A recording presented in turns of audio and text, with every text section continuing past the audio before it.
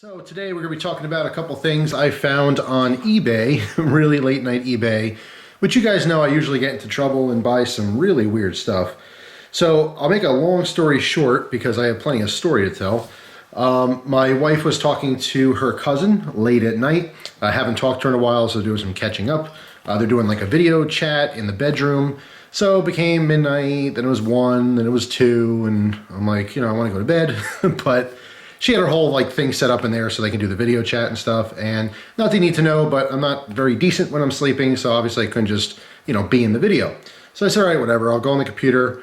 Ended up going on eBay to kill time. All of a sudden it was like 5 in the morning. She finally got off the phone, I went to bed. But in those couple hours of me wasting time, I was just looking at all kinds of crazy stuff on eBay. I'm not even gonna bother telling you all the stuff that I didn't bid on. I did bid on a couple random knives that were like half of their actual value, knowing that, I probably wouldn't win the auctions, but hey, if I just happened to win them, awesome. But this is one knife that I really, really wanted. This is a knife that I was gonna get at some point in my life anyway, and it happened to be a screaming deal. All right, so this is a red class Benchmade. For people who are somewhat new to knives, you'll probably just think this is a fake Benchmade, but it's not. I'll explain all about it and why this particular knife, spoke to me. It's something I always wanted. I used to have this knife. It was taken with me on my trip with my grandfather. This is the knife that I carried throughout my entire trip. And if you've watched my videos before or know, anything about that story, it was a very important part of my life where I got to know my grandfather before he passed away. It was really special, and this is the specific knife that I had. So I always wanted to get that knife back ever since he passed away. But it's a little bit hard to find. So besides this, let me tell you real quick, I'm not going to show you just because of the sensitivity, but I was bidding on a couple old High Times magazines, and it's really, really funny. I mean, hilarious. I ended up getting, it was a lot of, I think, five different issues from 1982. High Times magazine in 1982 was completely different than it is now. When I was younger, in the 90s, I would say the mid to late 90s, I used to read High Times regularly for obvious reasons. Besides looking at all the pictures of weed, I did like some of the articles and stuff. It was a fascinating magazine to me. Now in the 90s, it was chock full of ads for what's known today as like spice, like fake weed, which turns out is horrible for you and could probably kill you. So you should definitely not do that at all. But it's really funny because in all these 80s, or at least from the 5 or 6 magazines I got from 1982, all the ads are for like fake cocaine. Not only that, but like most of the actual articles are about cocaine. In fact, it's more cocaine than it is marijuana. So very interesting to me. Plus there's quite a bit of nudity in those magazines. So obviously, I guess the standard for print was a little bit different, but there are some funny political cartoons and some interesting articles about, different musicians and stuff from back in the day. One of the issues has Arnold Schwarzenegger on the front for when he did the Conan the Barbarian, show, which is hilarious. It's a cool throwback. So anyway, back to the knife. This is a Benchmade Monochrome, the 10300 model. There was 2 different ones. This is the plain edge one, and there was also a combo edge one. This was part of the Benchmade Red Class series. That's why there's a red box. This is a genuine Benchmade. If you don't know, some of the older guys and gals watching, I mean, you know all about this because you lived through this. But if you're fairly new to knives, back in the day, I don't recall exactly what years, maybe the early 2000s, Benchmade wanted to branch out a little bit. So they had a couple different classes. The red class was their brand new line, and this was their economy line. This is the first time Benchmade started making knives overseas. This one's made in Taiwan. The idea was to have a market for, cheaper knives. As we know, Benchmade tend to be expensive knives in general. So they wanted to offer, some foreign-made knives with their logos on it, their designs, just a little bit cheaper materials, so it was more affordable to reach more of a customer base. So red class was their lowest. Then they had their blue class, which is all their staple knives you see today, pretty much. Then they had their black class, which was basically the military stuff. Those were mostly their automatic knives. And then they had their gold class, which of course they still have today. The gold class was the tippity top. It's basically, the pimped out versions of all their other knives. It might have a Damascus blade and some, fancy materials and stuff, some different, accents on it that make it more expensive. The the gold class Benchmades are very expensive, okay, hundreds of dollars. But basically, like I said, they're pimped out versions of what you can get in their blue class. So long story short, I had a couple of these red class Benchmades. They were immensely popular back in the day just because it was a Benchmade people can afford. A lot of people, I mean, I don't know what this originally sold for. If I had to guess, it was probably $40 or $50, which today I don't think you can touch any Benchmade for $40 or $50, at least not folders. Besides the monochrome, which I had for many, many years, I also had the Benchmade Vex, all right? And I also had the Benchmade Pika, P-I-K-A. You can look all those up to see what those designs were. I'm guessing there was at least 2 more. I just can't remember what they were because I didn't own them. But yeah, the monochrome was something I always liked. So let's get into it. This one happened to be brand new in box. It was a buy it now. There was only 2 on eBay when I was looking. The other one was the combo version, and it was used, and it was starting at like $100. This is the plain edge version, brand new old stock. I mean, it's literally mint condition for like $75. I think it was free shipping. So I was extremely excited to see it. I never clicked so fast on something on eBay, bought it right away, and here we have it. Now this one was a specifically made for a show, a festival. Not only is it cool because it dates the knife, this was specifically from 2006, but it was also sponsored by Ducks Unlimited. And my grandfather was a huge fan of the organization Ducks Unlimited. He liked ducks in general. He had a whole collection of duck decoys. He loved looking out, you know, on the pond at the ducks. So, I mean, it's kind of weird to me. I feel like it is, you know, meant to be. All this means is that Benchmade sold a bunch to the festival. Maybe it was a vendor or something that sold it at the show. All right, so back in 2006, if you happen to go to the great outdoor festival, these were probably just for sale there. Someone bought it, never used it obviously, and years later it popped up on eBay. I did ask the seller if they had any information as to where they got it. They said they really don't remember. They've had it for like 10 years. That's all they can tell me is they remember having it for like 10 years and now they're looking to sell it. So, yeah, here's the knife. You can see it is a tip down, which a lot of people won't like, but I can tell you I carry this every single day going across the country. I absolutely love this knife. Dual thumb studs, love the blade style. Okay, again, being the red class, this was made in Taiwan, which is marked on the blade.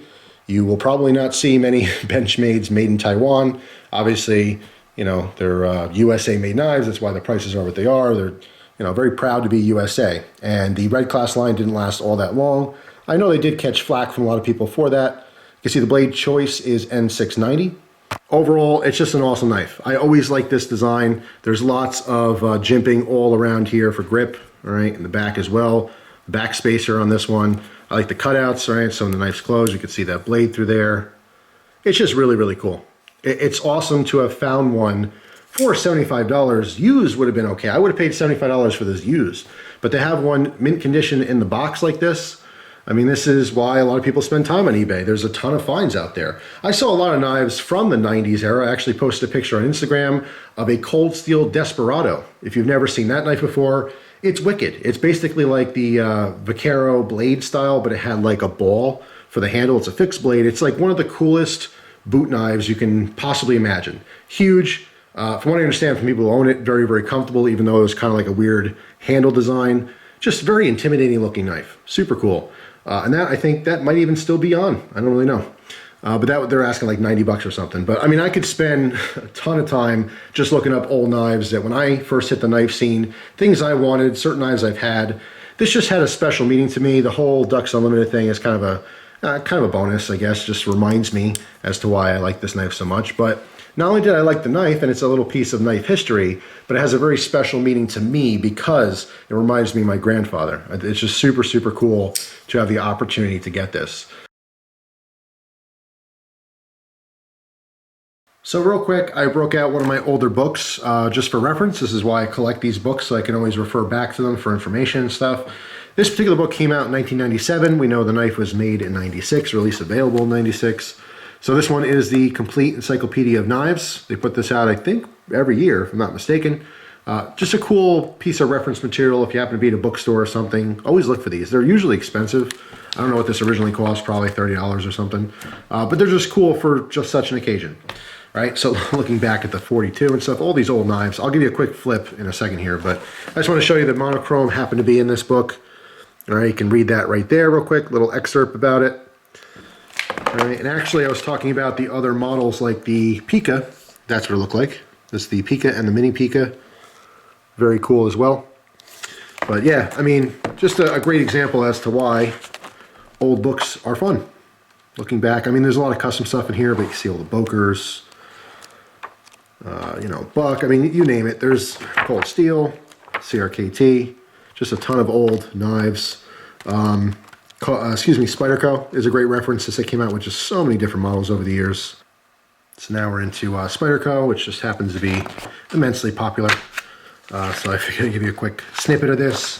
The Spyderco Dodo, one of my favorite patterns ever, as you guys know. Here is the Karambit, which I just showed recently in a video. Anyway, I don't want to give away the whole book. Lots of cool stuff to see in here, but I'm pretty sure they put one of these out every single year. The best place to buy these are online, places like eBay, specifically because you're going to get a cheaper price. Buying these, you know, the year they come out in the store, you might pay $30, $40, or $50 for something like this. So, you know, in the secondary market, used, maybe get lucky, find one at a garage sale or something. But generally speaking, the internet has tons of used bookstores. That's the place to look for these things. You know, so you can get them for like, you know, 10, 15 bucks or around that price range, a lot cheaper. Now, one thing I will note, it's so funny because the second I took this out of the box when I got it, just picked it up today, or just got it in the mail today rather, but the first thing I did was this. Can you hear that? The same thing was on my old one. This pin right here that goes through the frame, this is just a stop pin, all right, for the closed position.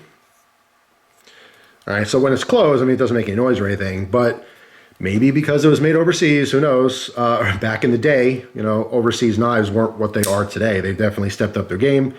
But just by design, you have to tighten the pivot a little bit to pinch that together because the tolerance is a little bit loose, so that pin kind of slides back and forth a little bit. It's just something I've always noticed with my original one. I used to play, you know, when it was open, I'd kind of tap it and do that. It doesn't make any noise or anything when it's closed, but when it is open, you can hear it. It's one of those weird things. Just kind of funny. Little blast in the past. Love the Benchmade Monochrome. Like I said, a little bit of Benchmade history. So if you happen to see Benchmades, you know, with a red box, it doesn't mean it's fake. They did used to have a red class line. So really cool. Look at the old paperwork here. I didn't even look at this yet. User care manual. No dating on this. Limited lifetime warranty. See, red class. A knife for every pocket. These knives offer the same reputable Benchmade signature innovation and performance-driven mindset geared for the casual knife buyer. Black class, the choice for military, law enforcement, and rescue. You can read that if you want. Life Sharp service. The blue box. Benchmade.com. All right, here we go. Blue class, gold class. All right. So yeah, you can read all that stuff if you want.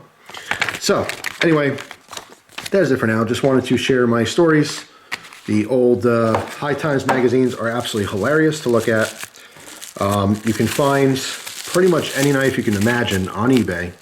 It's just a matter of when. You know, if there's that one special knife, especially if you're someone who's been in the knife scene for a long time and you remember back in the day in the 70s or 80s or 90s or early 2000s, and there's just that knife you always wanted but couldn't find. Well, I'm telling you, eventually it's going to pop up on eBay. So anyway, just wanted to share my story there. I know there's a ton of people that do a lot of trading and sales stuff on all social media and stuff, but every now and again, it's really worth checking eBay. Way back in the day, it used to be a lot of the cheaper knives, but if you look now, they have everything. I mean, from customs, I just happened to looking up knives in general. I found a Tough Thumbs knife on there, a custom.